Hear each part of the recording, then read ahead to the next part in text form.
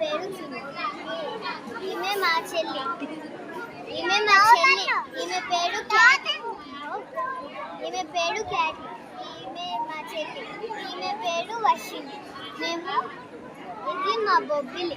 ఇక్కడ నుంచి హైదరాబాద్ వెళ్తున్నాం. నీ పేరు? వర్షిణి. ఏ క్లాస్ చదువుతున్నా? యూకేజీ. ఎక్కడికి వెళ్తున్నావు? హైదరాబాద్. ఆ చిన్న పొట్టిదాని పేరు ఏం పేరు? ఖ్యాతి. ఏ క్లాస్ చదువుతున్నా?